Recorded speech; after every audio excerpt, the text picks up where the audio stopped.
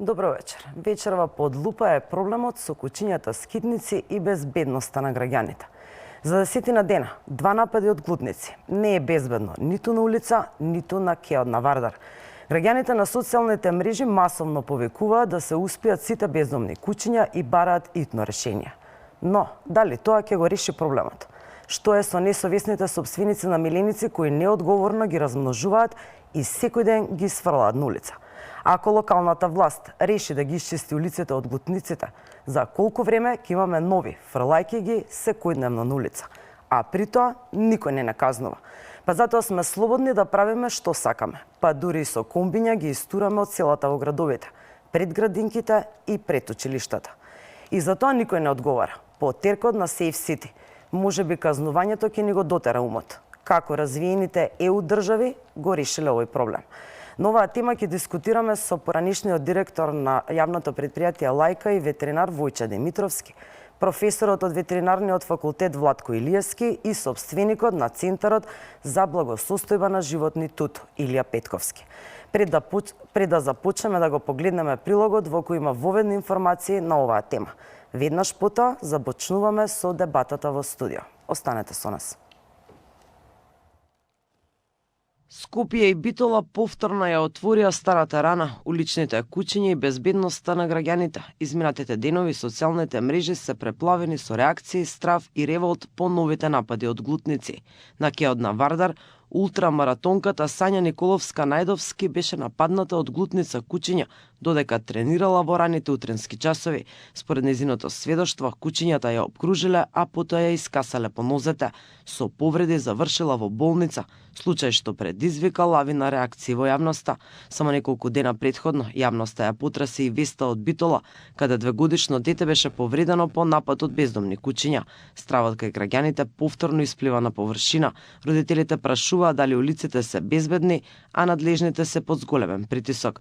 Детето е во тешка здравствена состојба. 2-годишно дете се играше во дворот и глутница на кучиња буквално влегоа во дворот и го растргна детето, влечкајќи го 200 до 300 метри. Значи детето беше во дворот, а не беше надвор на улица излезено, а таткото штом виде така и излезе и истрча по кучињата да си го спаси детето. Да, го влечкаа надворот, дворот го извадал на улица надвор. Проблемот со уличните кучиња со години тлее. Точна бројка колку кучиња скитници има во државата нема. Институциите признаваат дека не постои единствен национален регистар, а проценките варираат. Во Скопје, според податоци на јавното предпријатие Лајка, станува збор за илјадници кучиња, додека службите годишно заловуваат стотици. Законот е јасен. Напуштање на домашно милениче е забрането, а сопствениците имаат обврска за регистрација и чипирање. Но на терен приказната е поинаква. Казни има, но граѓаните активистите велат ретко кој ги чувствува. Едни бараат построги мерки и успивање на агресивните кучиња, другите предупредуваат дека тоа не е трајно решение. Истиот овој проблем граѓаните го имаа и пред неколку години. Кај да отидеш има скитници кучиња. Сега ова и на крај на кришта не ми се допаѓа тоа што ќе земат, а е болно на друго ќе пуштат на улица. Повеќе има кучиња него ли луѓе по улицеве. И сега тие дојдени се овде каве само прават проблеми. Од кантите ваѓаат отпадот, го растура. На секое чошење ги има низ град. Тето и се загрозуваат. Луѓе, поготово деца и жени. Меѓутим, што треба да се преземе, не знам и ја. Изгледа по информација на луѓе ги носат од доле некаде ги носат, ги пуштат овде и после тие се размножуваат. Мојата ќерка е касната од кучиња скитници. Значи буквално претежно се концентрирани во делот на болницата од Тетово и луѓето едноставно се плашат да идат рано на работа, мора да одат со придружба. Експертите посочуваат дека клучот лежи во трета опција – масовна стерилизација, контрола на сопствеништвото и доследна примена на законите. Во решавањето на овој проблем, освен Агенцијата за храна и ветеринарство, клучно е да придонесат и општините, ветеринарните друштва, комуналните инспектори, но и МВР, со цел да се спречи истурањето на глутници кои што се транспортираат од цела Македонија во Скопје.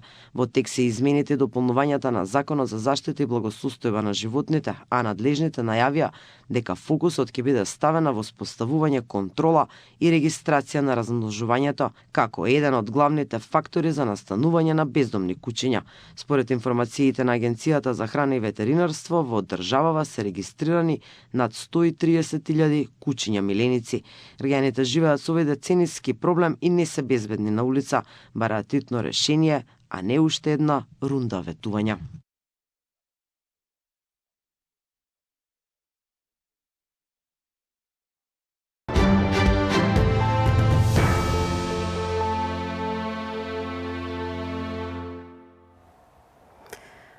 Почитувани, го видовте во ведниот прилог за оваа тема. Вечерашни гости со кои што ќе дискутираме на оваа тема се професорот од ветеринарниот факултет Владко Илиевски, поранешниот директор на јавното предпријатие Лајка Војче Димитровски и сопственикот на Центарот за благосостојба за животните Илија Петковски. Добро вечер на сите тројца. Јас ви благодарам што ја прифативте мојата покана. Благодарам за поканата. Се надевам, го видовме прилогот, некои воведни информации, темата е многу комплексна, многу широка. Јас би почнала од Димитровски. Вие имате искуство долги години, се занимавате со оваа проблематика, бевте и директор на јавното предпријатие Лајка. Според вас, ги знаеме реакциите на јавноста, оние повици на Facebook, луѓето бараат веднаш итно решение, веќе станува алармантно. Веќе во десетина да имаме 2-3 напади, така, мислам, навистина треба нешто очигледно дека треба нешто да се преземе со оглед на тоа што граѓаните не се чувствуваат безбедни. Каков е вашиот коментар? Прво да ја поздравам, сте направили навистина убав прилог и буквално еден вид на документарец, мини документарец за состојбата во државата и добро адресирана, да речеме, хронолошки во последните години како стои состојбата со третманот на одличната популација на кучињата. Јас имам, да речеме, дефиниција не е таа бездомна, таа е одлична, затоа што доста често кога ги правиме мониторинзите и наблюдувањата се укажува дека поготово во руралната средина па и над 50% има општини, се нема да ги спомнуваме сега во моментов, каде што и над 60-70% од кучињата всушност имаат знаци на сопственички кучиња, односно кучињата кои што се на улица се реално сопственички, што значи дека состојбата ние како домакинства ја креираме, и дозволуваме после понатаму да се расшири на улица. Алармантна е состојбата, во секој случај алармантна состојбата. Прочитав некој податок од пред нова година дека Агенција за храна и ветеринарство излегла со податок дека во Македонија има околу 8.000 бездомни кучиња. Тоа е апсолутно, според мене, нереална бројка, заради тоа што бројката е сигурно многу поголема. На 2023 година мониторинг е направен на Скопје по доста, да речеме, доста темелна метода на работа и е утврдено дека само Скопје има 5500 кучиња. Битола пред 24 и 25 година е правено мониторинг. Успеавме да речеме од 1300 да стигна до околу 900 кучиња во рамките на една година, што е одличен резултат за општината.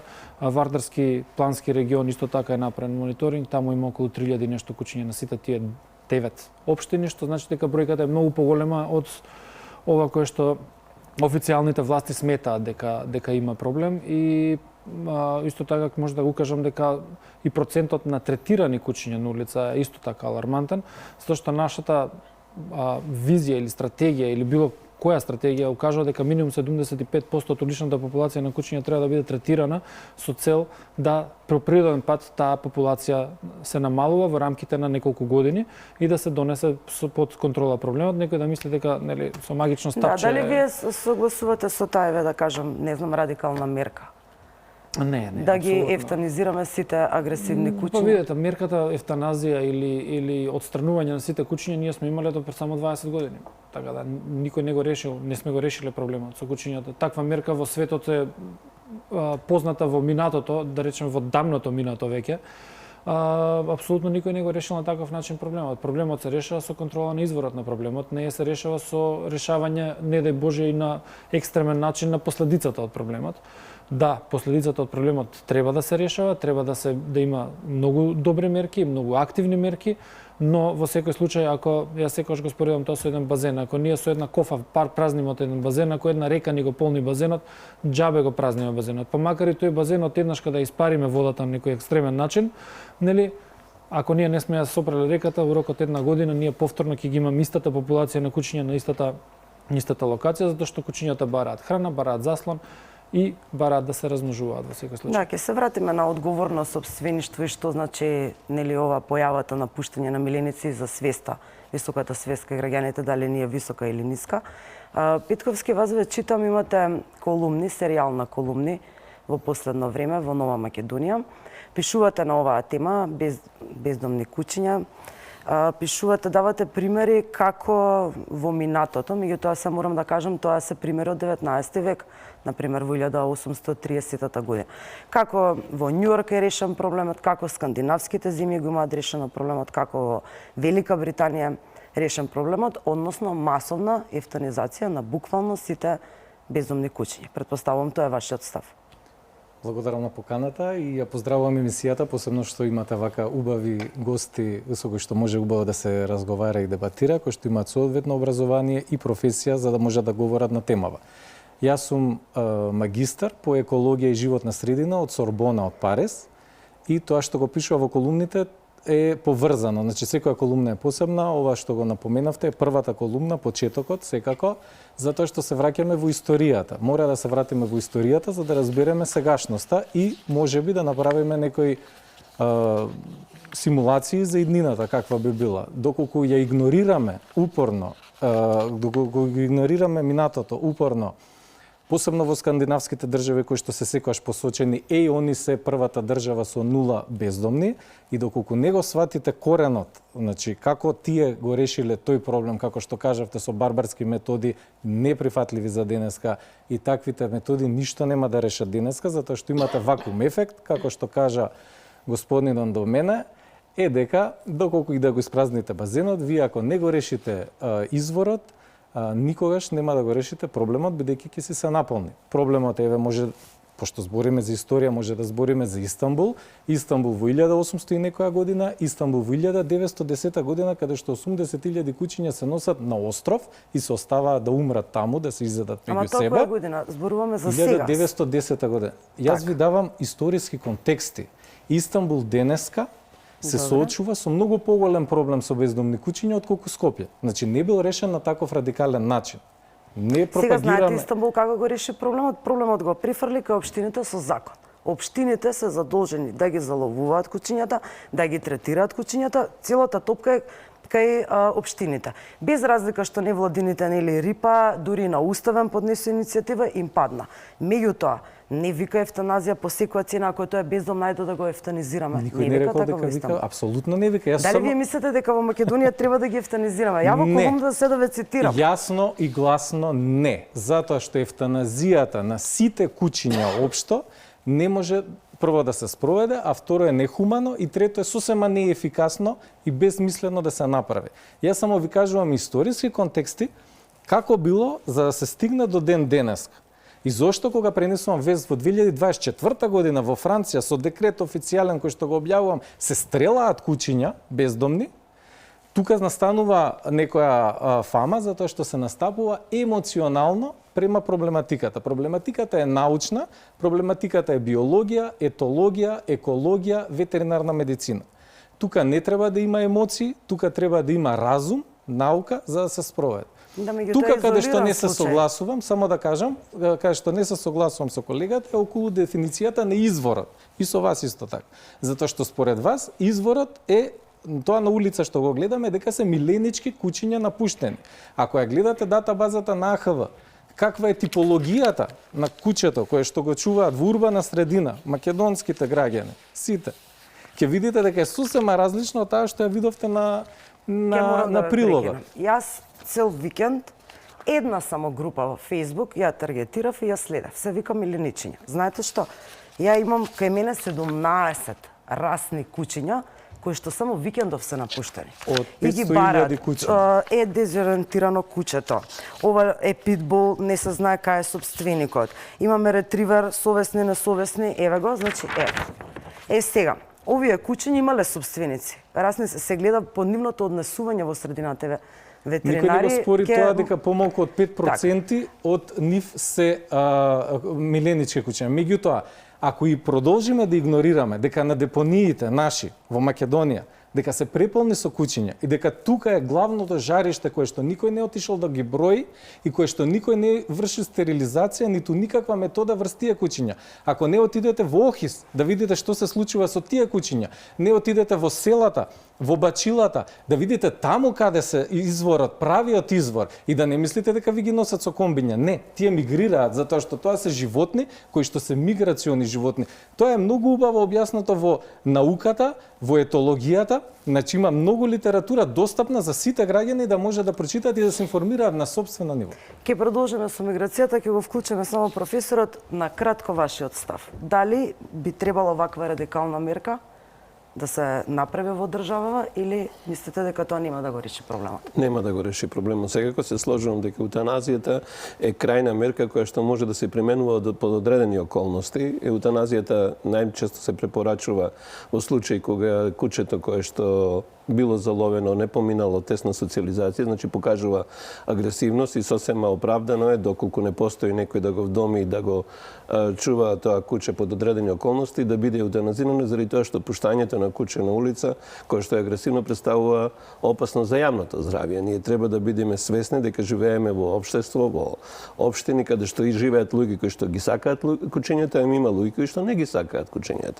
Значи обврска е на градските власти, на државните власти да ги заштитат граѓаните.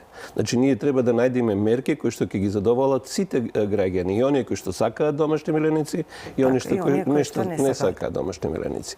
Она што би сакал како една порака на почетокот да кажам во нашето општество кога зборуваме, ние треба да зборуваме за вкупниот број на кучиња. Значи треба да секако дека е потребно и битно да се знае бројот на бездомната популација која што е на улица, али ние пристапот треба да не биде на целата популација. Зошто го зборувам? Се сложувам оно што кажавте дека во Турција нели на ниво на закон е додадено дека општината е одговорна, ако не се одговорна, не се лажем, кај нас исто така е законско решено дека општините тие кои што ги спроведуваат сите мерки во врска со решавање на овој проблем. Доколку е така случајот, еве до јавноста ја би се обратил, дали вие би прашале некој градоначалник кога ќе дојде овдека во студио да разговарате со градоначалникот и кога би го прашале колкав број на жители општината има, он одма ќе ви каже. Ако го прашате колкав број на кучиња има таа општина, нема да знае. А секако дека речеме општината вложува пари од аспект на тоа дека веќе се прават паркови за кучиња, сега слушам дека и гробишта ќе се прави на ниво на општина, што значи дека ако општината прави некаква политика од аспект на финансиски поддржување на целата ова бранша нели со домашни миленици, тогаш градоначалникот во секој момент треба да го знае вкупниот број на кучиња. Зошто ова го зборувам? Ова го зборувам од аспект на тоа кога ќе се прави стратегија за сузбивањето на бездомната популација, паралелно треба да оди и стратегија во смисол на контролирањето на репродукцијата на оние кучиња кои што се сопственички и кои што се способни да не се кастрирани, не се стерилизирани и може да се размножуваат. Тоа мора да оди паралелно. Ние во нашето општество во последниве 15-20 години ние ваков пристап немаме. А тоа мора да го направиме за да го смениме целиот наш мајндсет. Тоа е тема, ќе дојдеме до прашањето за законот. Имате правено мониторинг, транзит, зониве, Маврово, Стража. Сега, освен ова што гледав на Facebook викендов, не само што се напуштаат расни кучиња, ги гледаме по слики дека се расни. Се напуштаат, буквално се фрлаат. Кучката се окучила, 5 кучиња во пакет и се оставени на улица. И граѓаните, мислам дека и тројцата ќе се согласат со мене, секој дневно има по 15%. Значи, тоа е Буквално премногу кучиња. И така, што еве на транзит зоната, еве Маврово страж, имате правено таму мониторинг. Како е таму вашето искуство? Сте пребројале колку кучиња има, сте стерилизирале, сте ги средиле и после еве да кажеме, нели туристиве доаѓаат летно време 3 месеци, што се случува бројката на кучиња? Вака се, јас прво сакам да си го искажам мислењето во однос на претходната тема, затоа што од каде доаѓаат личната популација на кучиња, навистина, барем тука имам директен поглед на работите. Сум работел и во Лајка, сум ја раководел Лајка, сум работел и сум го поставил системот на Хачико во Битола, во Шепа во Кавадарци, тоа се трите најголеми прифатилишта реално во државата со најголеми капацитети. За среќа или несреќа, малце по-длабоко навлегувам кога правиме анализи, кога правиме евиденција на третирањето кучиња и во секој едно куче кое што ќе влезе во овие 3 предпријатија, барем јас додека сум инволвиран во работата нивна, секој куче се кажува дали е според тој што предпроценува, дали кучето е припадник на определена раса, не расно, за да не има конфликт со кинолошкиот сојуз, затоа што расно куче е само тоа кое што е припадник раса и има родословие, односно педигре. Ова е визуално можеме да го прикачиме на определена раса, дали е личи на расата, односно дали се гледа неговото потекло дека е потомок на расно куче или дали воопшто се гледа дека е мешавина од повеќе кучиња. Буквално, кучињата кои што се на определена локација се копија на кучињата кои што се гледаат во тој регион. Скопје, кога ќе одите во урбана средина, кучињата се реално урбани кучиња, мали, ситни и така натаму. Кога ќе одите во рурална средина, кучињата се поголеми, најчесто и ловџиски кучиња. Кога ќе одиме во Вардарскиот регион, прифатилиштето Шепа, таму кучињата огромен дел се ловџиски кучиња, затоа што самиот регион е таков ловџиски. Кога ќе одиме во Битола, ако одиме во планинските села, кучињата се шарпланинци или мешавени азијати и така натаму овчарски кучиња. А ако одиме во градот се гледа дека се веќе кучиња кои што се, да речеме, фасилитирани од самата урбана средина, што повторно го потврдува моментот дека кучињата произлегуваат од општеството, не произлегуваат сами од себе и да се донесат од некаде. Во однос на тоа кучињата дали мигрираат сами или не, сме правиле мониторинг и сме правиле со GPS сигнали, сме ги средале по 1 месец и тоа во многу општини во државата. Ниту едно куче не мигрирало од општина во општина. Имало разлика дали кучето е младо, кастрирано, стерилизирано или не стерилизирано или повозрасно стерилизирано и така натаму. Буквално на младите кучиња сме ги следеле по 1 месец, ги имаме буквално на слайдови, на мапи, гледаме како се движат. Младите кучиња кои што не се кастрирани, тие се движат во рамките на нивниот извор на храна и интерес, барање на партнер, како слободни атоми буквално. Значи во секој ден во различно време, сосема на различно место, затоа што тој се уште не си ја нашол својата средина на функционирање. Кај повозрасно куче, поготово повозрасно стерилизирано куче, буквално како по часовник се навиени каде, во која секунда, во која минута буквално се движат по една иста рута во истиот временски период, што повторно покажува на тоа дека куче, освен ако не е навистина загрозено, би ја сменило неговата матична локација, веќе кога ќе се установи, тоа е веќе на година и пол до 2. Предходно може да лута во рамките на една општност, една општина, еден град, едно населено место. Дека оно ќе се движи од, да речеме, во 2 града или некои 2 населени места кои што се на преку 10 километри, многу ретко немаме таков случај, буквално немаме таков случај. Во однос на ова што кажувате, да, имаме многу интересна активност која што направивме со Македонското еколошко друштво, многу треба да ги поздравиме затоа што се навистина големи почитувачи на природата и на заштитници на животните. Поради причини определени кои што со нивни активности требаше се направи контрола и мониторинг на популацијата на кучињата каде што се среќава и рисот. Направивме прво мониторинг, единствена општина, да речеме, или локација, тоа е Маврово Ростуше, тоа не е во соработка со општината, туку со работка со таа невладина организација Македонското еколошко друштво. И направивме мониторинг 4 пати во годината, кое што всушност се гледа дека кучињата почнавме од некои од скоро 30, 20 и нешто 30%, стигнавме на стража до 100% на третиот мониторинг, кој што е на 8-миот месец. И стигнавме на Маврово до 60 и близко до 70 и нешто посто, зависи од кој регион, дали околу Мавровској резерв или надоле по другите населени места. после само 3 месеци не третирање на кучињата, односно незаловување и нестерилизација, ние стигнавме повторно на стража на 50% од 100% стерилизирани кучиња, значи само за 3 месеци. Во Маврово, околу Мавровското езеро и по патот надоле према Дебар, повторно се намаливме на околу 50%. Што значи дека, всушност, овие се две екстремни локации кои што се транзит зони. Таму, ако ние сме дошли до 100% стерилизираност на стража и овде докај блиску до посакуваната бројка, не може за 3 месеци толку екстремен број на кучиња сами од себе. Па тоа тие се транзит зони. Таму луѓето ги оставаат кучињата зашто им е недостапно. Јас разговарам активно со неколку граначалници и ме повикуваат за совет барем, ако ништо друго, и му кажам каде вие имате најголем број на депонии. Таму каде што веќе има ѓубре. Нормално, ако некој кога ќе оди на Маврово на скијање или ќе помине преку Маврово, Јанови, ќе оди доле до Дебар и гледа дека тука има кучиња, кога сака да си реши локален проблем, тој ќе го остави животното точно на истото место каде што ние ќе фрлиме ѓубре, каде што веќе има ѓубре. Истата работа. Истото станува за стража. Кога ќе гледаат дека таму има кучиња, има извор на храна, има засолништа, ајде јас ќе го решам проблемот на таков начин и ќе си го оставам. Не мора да е мој домашен миленик, може да е миленик малски, може да е куче кој што прави определен проблем, може како што кажа некој од граѓаните дека не може да излезе од дома рано са бајле. На таков начин ќе си го реши проблемот. Не сака да направи штета на животното, ама сака да си го реши проблемот. Што мислите во однос на тоа, дали е потребна итна кампања за ненапуштање на сопственик, но и за вдоми миленик? Еве луѓето да не купуваат расни кучиња, кај нас има премногу, дури да е нели куче од шелтер кој што е третирано, стерилизирано, можеме и да се запознаеме пред да го вдумиме за карактерот, дали ни одговара, не ни одговара. Видете, тоа е покомплексен пристап и треба цело општество да се ангажира околу тоа. Можам да кажам што е во светот и во Европа актуелно за таа проблематика. Од некој етички аспект се претпоставува дека ако се земи куче кое што е од улица, односно ако е мешанец или било што, се претпоставува дека сопственикот кој што го зема тоа куче, уствари стварно го сака тоа куче и од љубов кон животното го прави.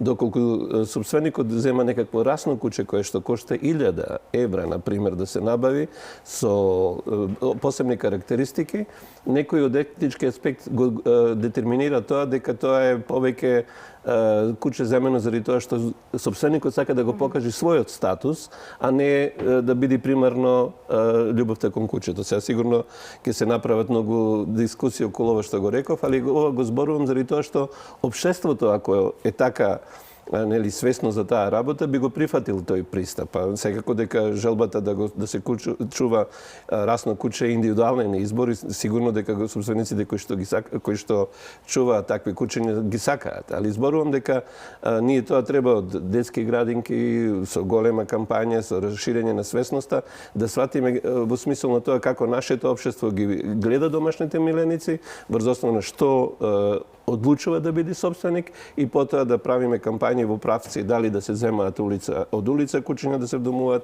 или да се земаат расни кучиња. Па и во ЕУ зимите и е луксус да се има миленик. Кај нас некако секој се осмелува, има миленик, па не му треба ќе го пушти на улица. Потребата за чување на куче е пред се лична потреба на луѓето заради тоа што нели во современите општества саменоста, губењето на вредноста на фамилијата, како семејството кое што некаков простор каде што луѓето нели ги остваруваат сите своји емотивни потреби, на запад е тоа можеби поизразено дека тие емотивни потреби доколку не се добијат од семејството ги најдуваат во животот со домашни миленици. Тоа е комплетно нели и етички оправдано сето тоа да се спроведува. Она што е потребно ние да го сватиме во нашето општество е дали тие кучиња кои вие ќе ги интервјуирате, например, нашите граѓани, дали го сакате кучиња, они одма ќе ви кажат да.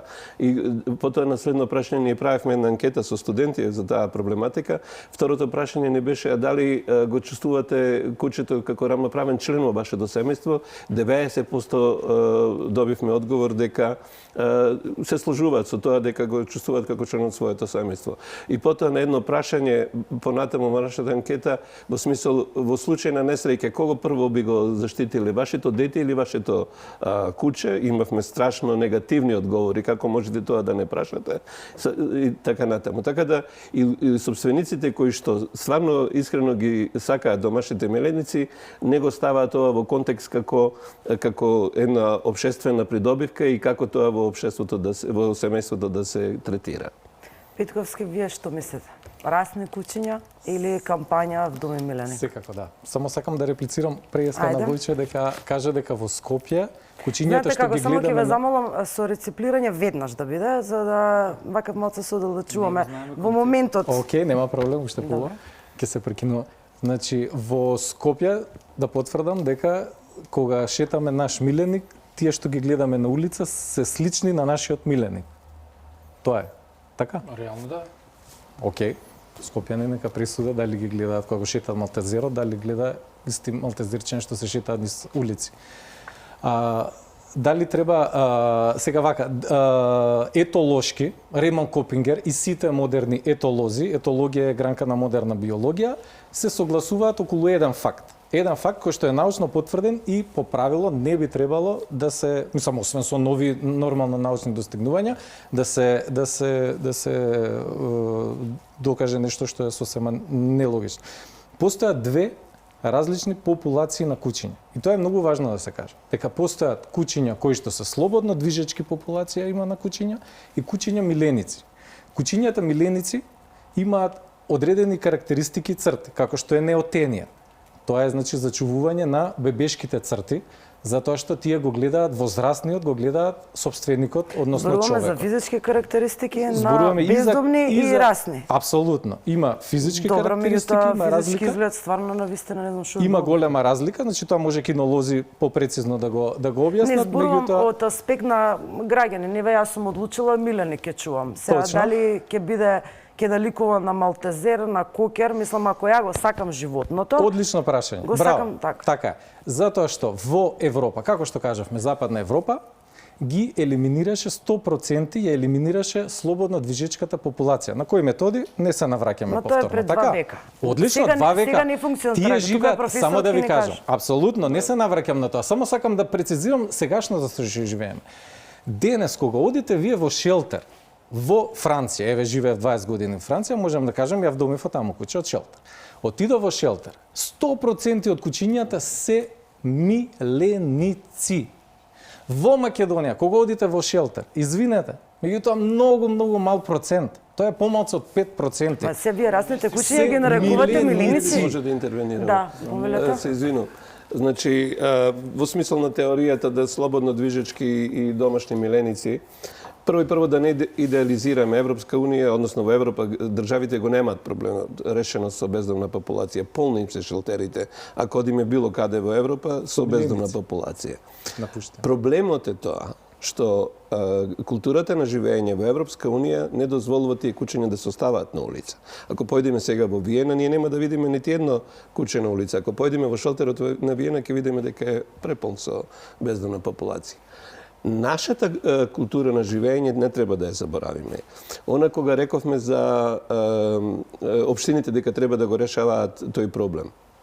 Токму ради културата на живење, различно треба секоја општина да си го решава тој проблем. Па да речеме, во 90% од општини луѓето кај нас живеат во индивидуални куќи, имаат дворови. Па скоро секој двор има куче. Да го прашаш тој собственик тоа куче ако не е врзано, што мора да кажам дека новиот европски закон веќе оди во правец да се забрани перманентно држење на ланец кучиња. Ако го прашате тој собственик од дворот, па тоа куче излегува на улица, му даваат комшиите храна, сите го сакаат и така натаму. Како ќе го третирате тоа куче, бездомно или милено? Да. Значи културата на живење наша е таква. И затоа ние треба да бидеме свесни дека ако е нашата култура таква, решенијата законски треба да одат чекор по чекор да ги разбереме свеќањата на луѓето. Ако не се лажам, има различен пристап, јас разговарав со ветеринари. Бројот на жители на граѓани на Македонија од албанска националност чуваат многу помал број на кучиња од македонската популација.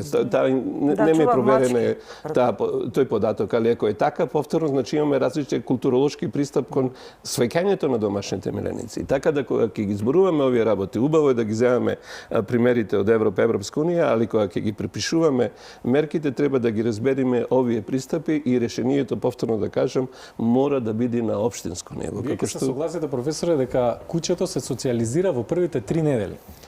Доколку е родено на депонија, тоа е доживотно несоциализирано, несоодветно за живеење во семејство. Тоа се научни факти, а вие може да се согласите. Исто расни кучиња и со нерасни. Видете, во науката, кога ќе зборуваме за науката, правени се анализи во смисол на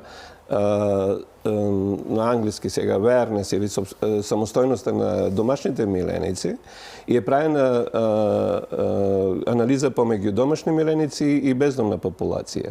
Сите параметри код бездомната популација се многу подобри отколку кај домашните миленици. Значи кај нив параметар дека бездомната популација е самоуверена, знае да се дружи и со луѓе и со други животни и е сигурно во себе. Додека домашната популација на кучиња, кои што се анализирано од овој аспект, покажува анксиозност, несигурност, заради тоа што, да речеме, немам појма колкав процент на домашните миленици кои што живеат во стан во Скопје, да речеме, колкав време кучето е само. Додека собствениците се на работа, тоа е само, тоа е неприродна состојба на кучето да биде, не знам, 6 сати, 2 сати или немам појма колку време, да биде само, да не биде во контакт со други животни, со други луѓе. Значи, така да домашната популација од тој аспект може да кажеме дека повеќе ги односно ги манифестира природните карактеристики на кучињата отколку домашната популација. Така, значи во рамките тоа, да, 3 недели, првите 3 до 4 недели кучето на вистина ги добива оние инстинктивни негови карактеристики. А без разлика дали е во домашна средина од месеци. Да, добро, до тука негде, да. До 2 месеци. Без разлика дали тоа го прифаќа на депонија или го прифаќа во домашна средина. Со што убаво објасни професорот. Само би го продолжил тоа. Од домашниот миленик, кој што не излегол од дома и кој што буквално не е социализиран со други кучиња, мајката, тој инстинктивно однесување на малото ќе му го предаде како што таа го практикува. За разлика од неа, ова кое што е на депонија, тоа ќе го предаде инстинктот, тој буквално инстинктивно однесување, како што, да речеме, екзотницата. А не куче со човек. Овде разговараме за куче со човек. А вака, каде е разликата? Куче на улица, кое што не... И тука ние поделби на ваква куче, таква куче, затоа викам дека тоа е улична популација на кучиња, не е бездомна популација на кучиња, тоа се две сосема различни, да, е така. А од тука натаму, кучето кое што е на улица слободно движечко, тоа човекот го има за пријател, го има за извор на храна и за извор на определени негови добра за да оно да може да живее. И такво куче многу ретко предизвикува инцидент и многу ретко, освен ако не е директно нападнато или ако не е преплашено. Кучето кое што е стигнало на депонија, всушност ќе го предаде на своето поколение точно тој момент, дека од човекот зависи од храна, од заслон и така натаму. За разлика од кучето кое што е од домашна средина, ќе предаде дека оно дома има се, а треба да си ја брани територијата. И тука се, да речеме, и определени проблеми. И она што кажуваме дека, да речеме, еве скоснувања, да не знам дали ќе ги зборуваме и така натаму, покажано е дека тие кучиња кои што имаат определена своја територија, кои што ја штитат, кои што имаат во континуитет подслон, храна и грижа, тие почесто ја бранат територијата и предизвикуваат немил настан, за разлика од кучиња кои што се на улица, кои што секој еден човек го гледаат како извор на негово преживување. Да, кучињата се, ако ги гледате кога ќе дојдете, например, странци во Скопје, туристи, па тие се многу пријателски кон сите граѓани, сакаат да добијат некаква сигурност за себе и контактите со луѓе они ги остваруваат и на улица.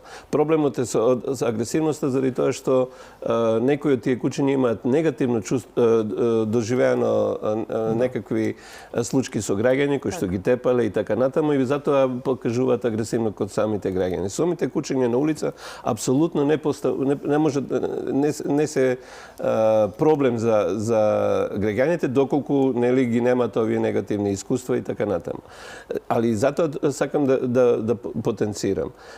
Бездомната популација ние не смееме да одвојуваме од севкупната популација во одредена општина. Заради тоа што денеска едно куче кое што е собственичко утре станува бездомно или и обратно, доколку дојде нели домувањето. Затоа ние треба сите овие параметри кои што треба да ги направиме на ниво на општина да бидат дизајнирани од аспект на контролирање на севкупната популација, за да можеме да дојдеме до изворите на нови кучиња на улица и тие да ги контролираме. Би се надоврзал само една секунда со професорот во однос на ова улична популација, домашна популација и извор. Например, Скопје 2023 последен пат кога е правен мониторинг, околу 51% од уличната популација на кучиња беше стерилизирана. Сега како е навистина јавното претпријатие малце отиде не толку во добра насока во однос на функционирање, но претпоставам дека е намален тој процент. Битола стигнавме до 75%, Вардарски регион ќе видиме и така натаму. Но во сите овие места треба да видиме колку е домашната популација. Јас сум ја направил и таа анализа на ниво на Скопје, на ниво на Битола, на ниво на цела Вардарски регион. Еве ќе упростам за да не идеме општина по општина. На ниво на Македонија домашна популација на кучиња е од 3 до 6% стерилизирани или кастрирани кучиња. А уличната популација таму каде што се решава проблемот, ајде да речеме дека е над 50%. Што повторно укажуваме на фактот, па се ја гледам ветеринарен информативен систем на Агенција за храна и ветеринарство.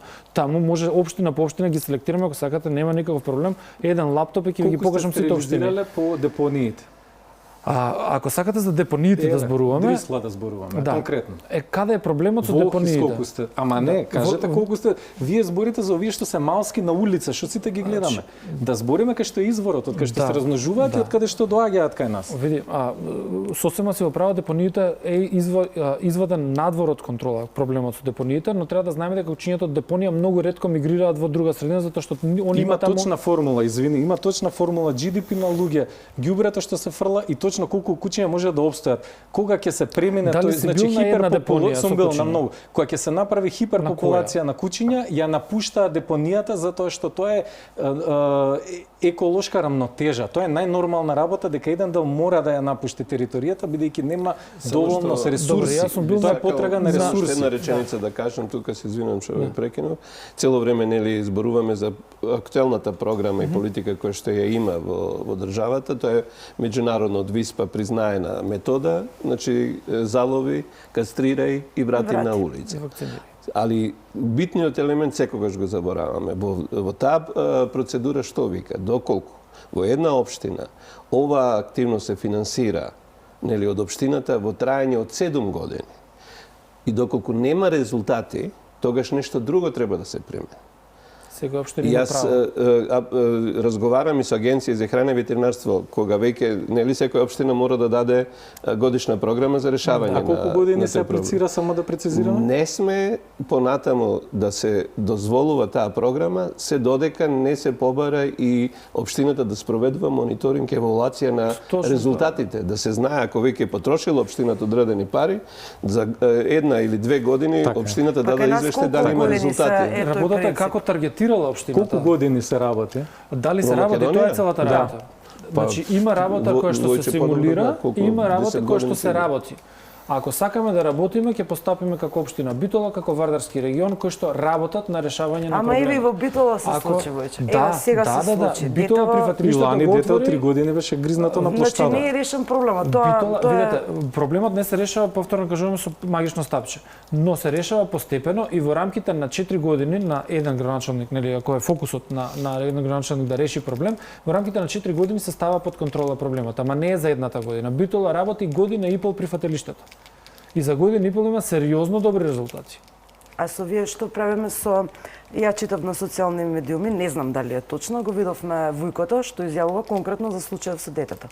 Доле има коментари на Facebook, велат вака: тоа е каснато од кучиња, живее во таа и таа населба, таму секој двор има куче, и тоа питбули, крадени, некрадени, не знам, пак ќе се оградам, и буквално дека детето е од глутница, од тие кучиња што сами си ги чуваат. Баш примерот, го чувам во двор.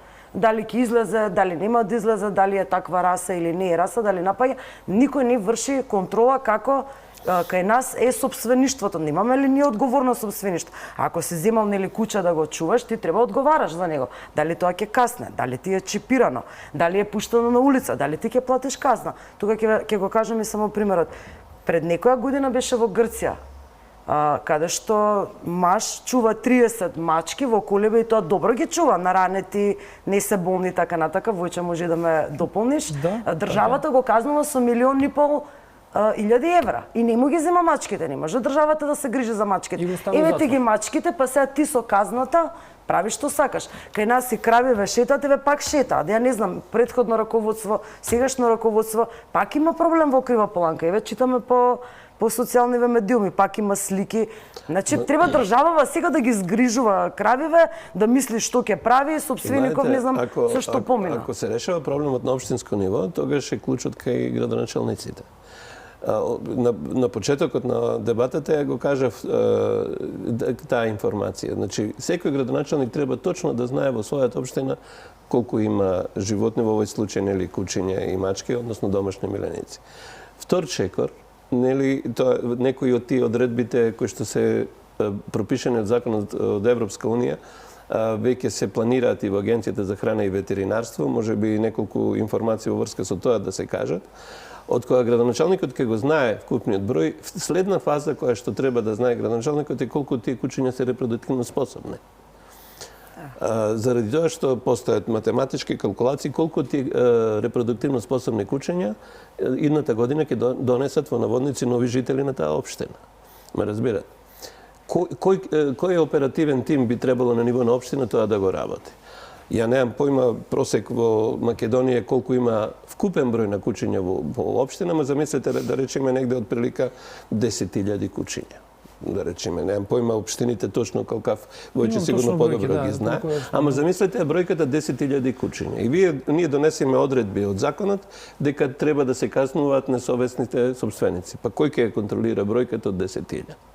Значи, ние треба да направиме систем во државата и во општините, каде што самите граѓани ќе бидат дел од системот за да може да го решиме проблемот. Еве видовме сите функционира. Уште возиме со запалени одлично што светла. го кажавте, Имаме појаси ставаме. Јас пред на друга телевизија ова го кажав, истото и овде ќе го повторам. Замислете, ние сега имаме законска обврска дека кучињата треба да се чипираат и се регистрираат. И ја слушаме бројката 120.000 кучиња. Ние ветеринарите знаеме дека таа бројка не е точна. Ја мислам дека во Македонија вкупниот број е негде околу 200.000, моја проценка. Што значи дека системот нас не функционира во смисол на тоа дека и покрај тоа што сопствениците ги чипираат и ги регистрираат своите домашни миленици, кучето и се изгубило, кучето угинало, не е ажириран податокот во базата на податоци. Еден пример кажав, сега ќе го кажам тој, веќе во Хрватска тоа го имаат применето. Владата сега мислам дека има нели активност од аспект на услуги, каде што секој граѓанин ќе може да ги подигне сите своји документи поврзани со неговата собственост, значи имот, возило и така натаму. Во тој систем треба да влезе и нашата база за домашни миленици, да секој граѓанин може да се утврди дека нели е собственик на домашен миленик. Во правниот систем домашните миленици се третираат како предмети, како возила. Значи, во ЕУ земји данок се плаќа, ако така, имате во некои миленик. од земјите, и сега замислете вие, ако тој систем нас не влезе во ЕУ услуги, а понатаму ако почне да се размислува во државата дека некоја општина, не мора на ниво на држава, да граѓаните кои што држат домашни миленици и плаќаат одредени општински такси, за разлика од оние кои што немаат домашни миленици, самиот граѓанин ќе се бори да биде неговото куче избришано од таа база на податоци ако се појави во ЕУ услуги системот. Значи ние треба таков систем да направиме за да и граѓаните бидат свесни дека утре заутре може да ќе биде казнет заради тоа што неговата куќа функционира во тој дел. За да се дојде до ваков пристап, нашата база на податоци и што е препишено во новиот закон во Европска унија треба да биде оперативна. Во овој момент сега кучињата ги внесуваат ветеринарите кои што ставаат микрочипови на домашни миленици, али пристапот не е воопшто слободен. Во смисол на тоа дека јас, ако сум собственик на возило, ја веќе сега нели Safe City добивам по имейл ако сум направил прекршок. Истото тоа ќе биде ако имам куче. Нели да може да пример градоначалникот да може да има увид дека тоа куче е сопственик на тој и тој граѓани во општината. Тоа во овој момент не е можно. Значи во новиот закон на Европска унија знаете што е пропишано?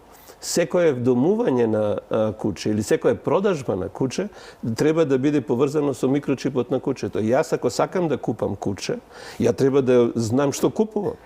Кои се родителите на тоа куче, кој е собственикот, какви се карактеристиките на тоа куче. Ја тоа негде каде ќе го проверам во овој момент. Значи базата треба да биде оперативна, да јас како купувач на куче можам да го проверам, да кој е матичниот ветеринар, па да се обратам кај матичниот ветеринар, собственикот сака да ми продаде какво е кучето и така натаму. Значи тој пристап мора да го сватиме. И исто така мора да сватиме дека одгледувањето на кучињата во смисол на посебно вие ги спомнавте нели расните кучиња, во основа тоа е голем економски бизнис. Заради тоа што тоа се прави со економски профит, нели одгледуваат кучиња, ги продаваат и тоа воопшто не е регулирано. Тоа е исто како што ја да купувам возило и треба да знам за возилото сите податоци кои ќе ги земам. Така, кај нас нема контрола на размножување. Да, тоа во новиот закон е предвидено, ја не знам кога ќе излезе новиот закон, значи предвидено е да сите собственици кои што одлучуваат да ги чуваат своите домашни миленици, а се репродуктивно способни, треба да се регистрираат, нели да бидат чипирани, а оние собственици, мислам дека бројката беше 2 или 3 индивидуи кучиња кои што се репродуктивно способни да бидат регистрирани како одгледувачници, што значи дека они од ветеринарната служба ќе треба да добиваат соодветна дозвола за да се можат да бидат одгледувачи на кучиња. И да се вратам на бројката од 10.000 кучиња во една општина, не може еден или два инспектори од Агенцијата и храна и ветеринарство да ја врши контролата, заради тоа што бројката е голема. Единствена професија, единствена алатка која што може да биде составен дел од целиот систем на контрола се матичните ветеринари. Значи во секоја општина има, немам појма колкав број индивидуални матични ветеринари кои што мора да бидат партнери на градоначалникот во контролирањето и следењето на состојбите со домашната популација. Петковски, мене ме интересира дали имате некоја можеби лично искуство за ова што рековте, ако кучето е, ајде да не го класифицирам бездомно улично, не може да се социализира. Дали имате лично искуство? Тоа искуство го имаат највеќе шелтерите и на светско ниво, сите студии го докажуваат тоа, дека најнапуштани кучиња се кучиња кои што се вдомени од шелтери каде што се чуваат исто така не само напуштени меленици, туку како што е случајот со Македонија, се чуваат и слободно движечки кучиња, односно кучиња кои се родени во природа. Урбана средина или депонија. Значи не зборувате од лично искуство. Сакате ми кажете дека ова сте го читале, стои како... Ова се факти, да. Добро, како да го решиме тоа проблемот? Илјадници кучиња има. Еве што да им правиме на тие? Има илјадници, да. Македонија не е единствена земја што се соочила или што се соочува или што ќе се соочи со овој проблем. Првенствено е ограничувањето на пристапот до храна. Значи тоа е првиот чекор што треба да се направи преку модернизација на депониите. Тоа е прво за нашето здравје, општо како луѓе, и второ за намалување на бројката. Таа нема да се намали веднаш, значи изворот нема да умрат тие кучиња од глад, затоа што ќе се јават сега многу ќе речат ќе ги оставиме гладни, туку постепено ќе се намалува. Тоа се повторно ќе кажам математички формули еколошки кои што се признаени од биостатистика, каде што со намалувањето на достапните ресурси за успешно менаџирање со сметот, исто така треба поуспешно да се менаџира, посебно во руралните средини, значи се намалува пристапот до храна, а со тоа се намалува и потомството и се намалува бројката. Тоа е најхуманиот и најефикасниот начин за трајно. Секако дека има плюс стерилизација, кастрација, вакцинација и така натаму, значи сите тие моментално што се системи во пракса кои што треба многу подобро да се насочат, односно да се одвои фокусот од градовите и урбаните средини, исто и законите, треба пред се да се фокусираме на селата, затоа што нашиот главен проблем се селата, руралните, периурбаните средини, како што кажав, индустријски објекти, каде што има луѓе викенд населби, каде што доаѓаат ќе фрли храна и така натаму, и нормално депониите, дивите депонии и официјалните отворени немаме кучиња депонии. само на депонии. Ние имаме по градскиве улици. Секако, затоа што тоа е врвот на Значи, да не ги ајсбергот. раниме, Тоа е врвот сам- на ајсбергот. Да не се ранат уличните. Јас сум за тоа Уличните подобро земи го кучиња- стерилизирај го, отколку да го раниш и да се размножи. И јас мислам дека е така подобро. Меѓутоа веќе кучињава се размножени. Можеби за тоа и на почетокот ја спомнав онаа кампања како ние читав од вас интервју, долг е патот до високата свест на јавноста за не напуштање на миленик. Значи, или некој закон да се санкционира енормни казни, како овој во Грција, тој ги ранил мачките, меѓутоа ги чува затворени. Не можеш да ги чуваш затворени. Че сепак е тоа мачење на животни. И кога ќе се соочиш со висока казна, исто и кај нас. Ако ти кучката е твоја, има име, презиме и сега кучкава се окучила и ти пакетот си го оставил надвор и сега ако треба да платиш 5000 евра, јас сум сигурна дека никој веќе нема се осмели, нема да земе куча. Така е. Че ние мораме да бараме нели решение за моментално овие кучиња што ги имаме, како да ги расчистиме, но да биде системско коренито решение, да биде откорено, да не биде тоа, еве ние ве читав, стварно интересно, баш ми залепи тоа за око. Јас сметам дека тоа е решение во 19 век, можеби последниот пат пред половина веќе тоа се има случајно во Велика Британија со друштвото, кралското друштво на така да, евтаназија на сите кучиња, планини од кучиња по медиумите, и ајде сега, ама од утре, значи буквално ако некој се дрзне да било што направи, треба да биде навистина видно санкциониран. Еве ќе ви кажам Феликс случајот, го знаете. Проверив денес, првостепената, нема второстепена пресуда. Феликс, тоа однесување на господинот кој што е обвинет, го виде цела Македонија. Со секира го удира кучето и пријател од негов му помага како да се отарасат од тоа куче во континер. 3 месеци касна. Каква е таа порака до јавноста? Другиот кој што помага во тоа е 1000 евра касна. И сега, како таа нема второстепена, обично знаете како од првата, ако не е осудуван до сега, тоа може и да падне, се седи предметот во филка од лани во октомври, тоа не е комплексен предмет, може веднаш да се донесе решение второстепена и да видиме дали тој ќе оди во затвор. Меѓутоа, еве, ништо не се случува. И сега за 3 месеци, па некој дали го суделе, дали не го суделе, не испраќаме порака, нема јавност едноставно не може како да знае дека ќе биде санкционирана ако самите од себе или не почнеме да се однесуваме одговорно, како е во другите земји. Еве вие сигурно знаете како е во другите земји, како се однесуваат еве во шел центрите, како собствениците се однесуваат. Димитровски, ви имате искуство и колеги кои што работат и во Шведска. Како се однесуваат таму со милениците? Која е разликата Македонија-Шведска? Баш во таа насока сакав да кажам нешто. Ние како општество македонското тука, иако еве Феликс е еден од случаите кај што има екстремна суровост и такви имаме неколку примери во последните години, но тоа се исклучоци. Треба да кажеме дека таков тип на прекршоци има во секоја една држава, такво злостор кон животните и не само кон животни, и кон луѓе. Гледаме дека општеството ни е и нашето и во нашето окружување е такво. Јас моето впечаток за нашето општество дека ние сме па многу емпатични кон животните. Реално. Може нашето ниво на свест, она што го кажавте, што сум го изел во претходно некое гостување, нашата свест можеби не е висока, но ние сме стара нација, ние сме тука луѓе што се измешани со генерации и сме доста толерантни, сме доста емпатични едни кон други и према луѓето како нација и према животните. Ние со животните ние сме сточарска нација. Ние не може да не ги сакаме животните. Нас кучињата еволутивно ни помагале во нашиот развој како држави, оформување на нација и така натаму. А сакам да кажам дека кај нас кога има некој повредено животно, ние му помагаме на тоа животно.